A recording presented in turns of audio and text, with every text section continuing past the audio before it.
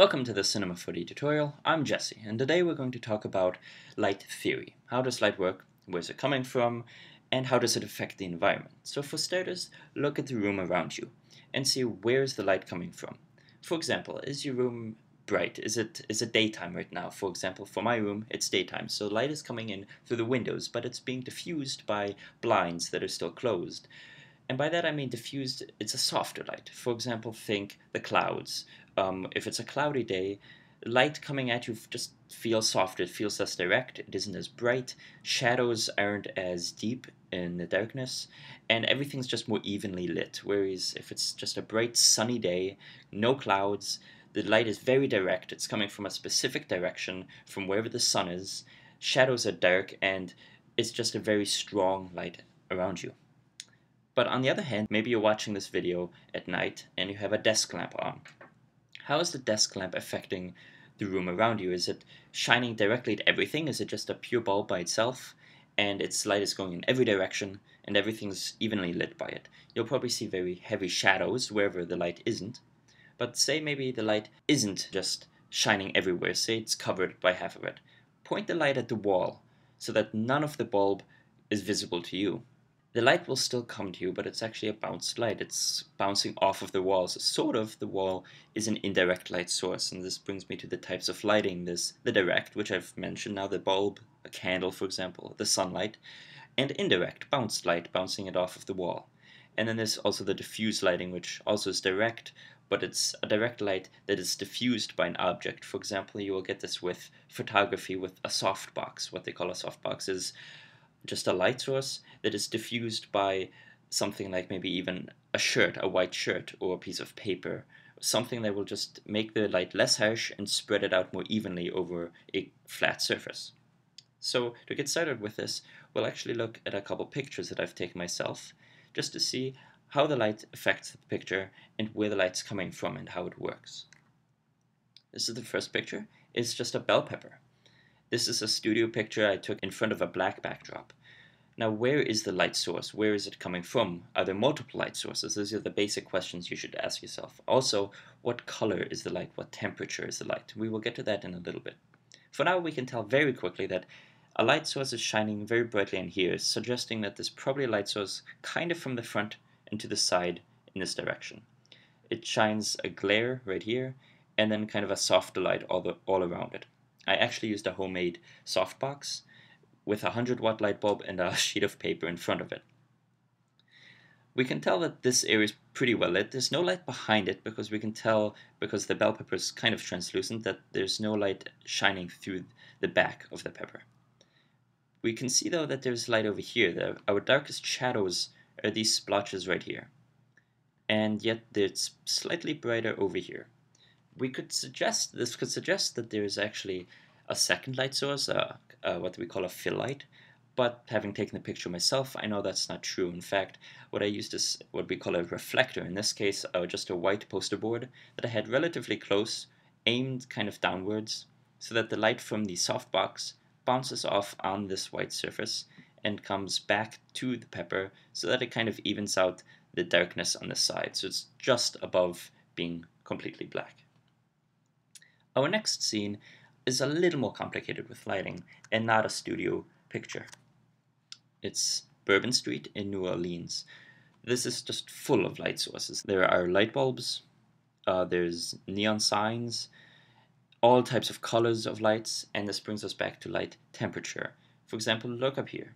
This light source looks white when we're looking straight at it, probably because it's oversaturated from the camera. Sorry, overexposed from the camera.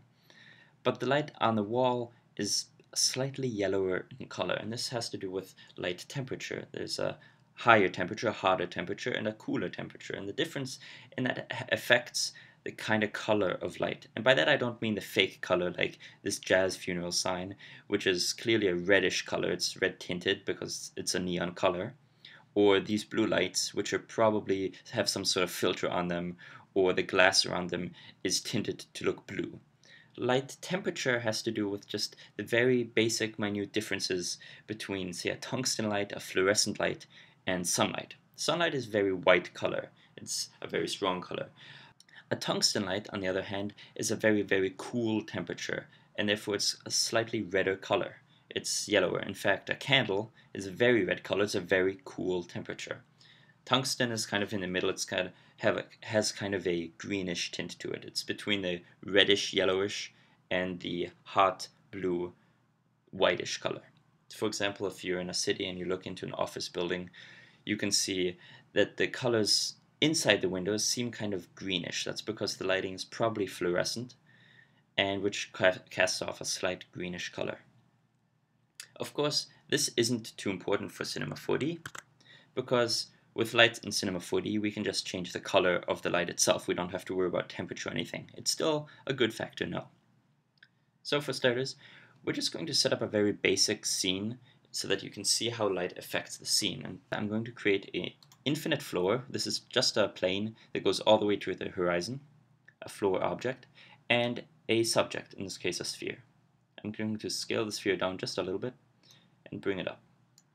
Now this, if I render it, is just very basically lit from the camera's perspective, as is the default, so you can see whatever you're working in. But I'm going to want a light source, and to do this I'm going to click on this light bulb, and we'll see that everything turns black. That's because the light bulb is inside the sphere at the origin.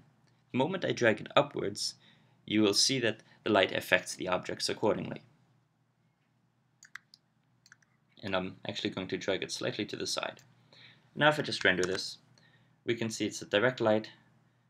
It's dark on the back of the sphere. There's no actual shadow on the floor, and the floor is evenly lit as well. I'm not going to worry about the shadow for now. I'm going to show you the basic light setup that you'll probably hear a lot of times, and show you why it's not really that great. What it is the 3-point lighting system. What we use for this is 3 lights, so I'm going to create 2 more and drag them out kind of like this, and the third one, put it behind. This is the basic idea of the 3-point lighting system. We have the key light, like this one, which is the subject. That's the brightest light. We have light number 2, which I should actually drag down here. This is the fill light, and I'm actually going to change the intensity down here in the attributes to around 40. The fill light's supposed to be just a little dimmer, kind of like the bell pepper, and just fill in the kind of background, the side that isn't completely lit, so that it's still visible, not completely black. Then there's the job of the backlight, which is somehow to light the back. And if I just kind of render this right now, it doesn't really look that good. That's mainly because Cinema 4D has a kind of a fake lighting system. But the reason 3-point lighting system isn't always your go-to method of lighting, which a lot of beginners think is the best lighting system for some reason, is because you don't always have a scene that looks like this, especially with the backlight. Backlights can often end up creating a halo around the object, and you don't always want the object shrouded in light from behind it, as if it was standing like in front of the sun or in front of a bright light bulb. So that's kind of the basic of a lighting setup. You will often use different types of lighting. For example, in my bell pepper, I used 1 light and a reflector. So in Cinema 4D, what you could do is you could create 1 light and then kind of just maybe a very soft fill light, but there's no backlight. The idea behind this is I'm not telling you never to use the 3-point light system. I'm telling you to think in terms of how you want it lit. Look at the real world around you. How is it lit? Where are the light sources? So you don't always have something perfectly evenly lit or only lit from one side as it is right now. You want to change your lighting based on the scene and how the scene should look, not on, oh, I need a 3-point light system. Anyway, thanks for watching this tutorial. Hope to see you next time.